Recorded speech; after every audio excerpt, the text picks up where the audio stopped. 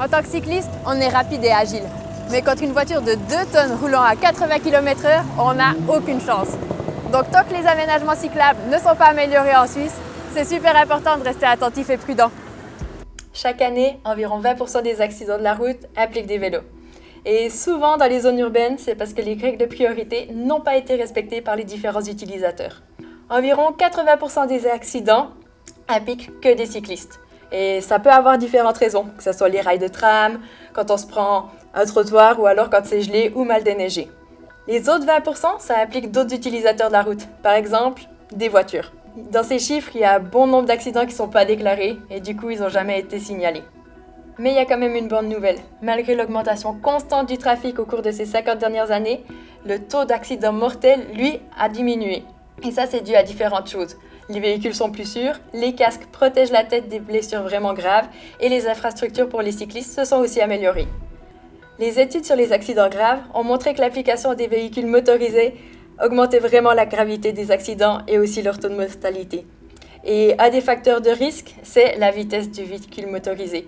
Il serait donc important et assez intelligent de réfléchir à diminuer la vitesse du trafic dans les zones urbaines, comme c'est déjà envisagé dans pas mal de villes. Pour des routes plus sûres pour les cyclistes, il faudrait agir vraiment sur l'infrastructure.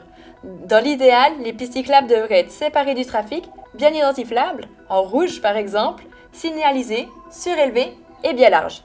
Et dans un monde parfait, les cyclistes devraient pouvoir prendre un rond-point à l'extérieur sur une piste spécialement dédiée pour eux. Et tant que tout ça n'est pas mis en place, c'est vraiment important que nous cyclistes, on roule de manière prudente et bien visible. De nos jours, 20% des accidents de la route impliquent des cyclistes.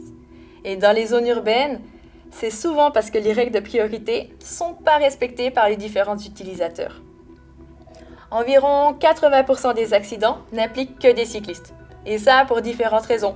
Les rails de tram, la route gelée ou non déneigée, ou encore en se prenant un trottoir. Les autres 20% restants impliquent d'autres utilisateurs de la route.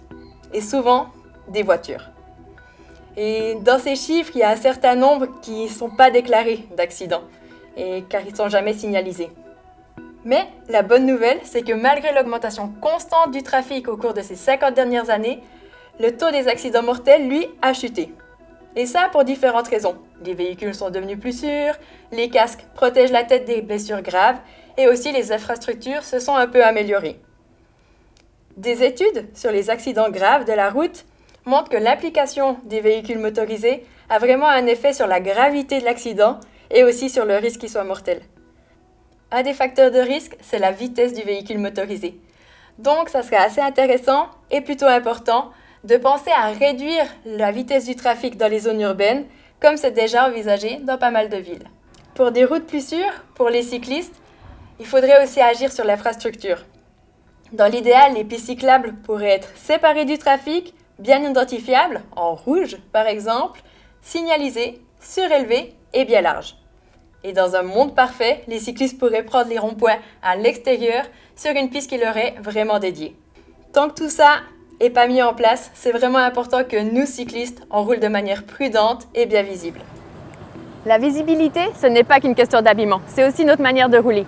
Prenez de la place dans le trafic, montrez que vous êtes là, on a le droit. La place des cyclistes, c'est environ 70 cm du bord. Comme ça, on évite de faire des zigzags à cause des grilles d'égout ou encore de se ramasser une portière.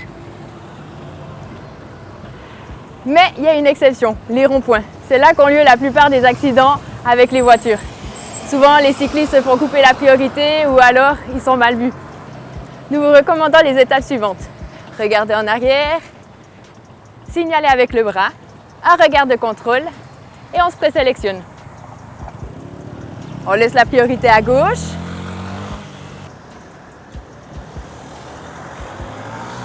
Et on roule au milieu.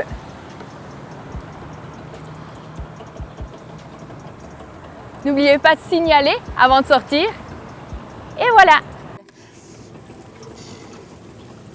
Quand on roule en groupe, on doit rouler les uns derrière les autres, avec environ un vélo d'écart de différence.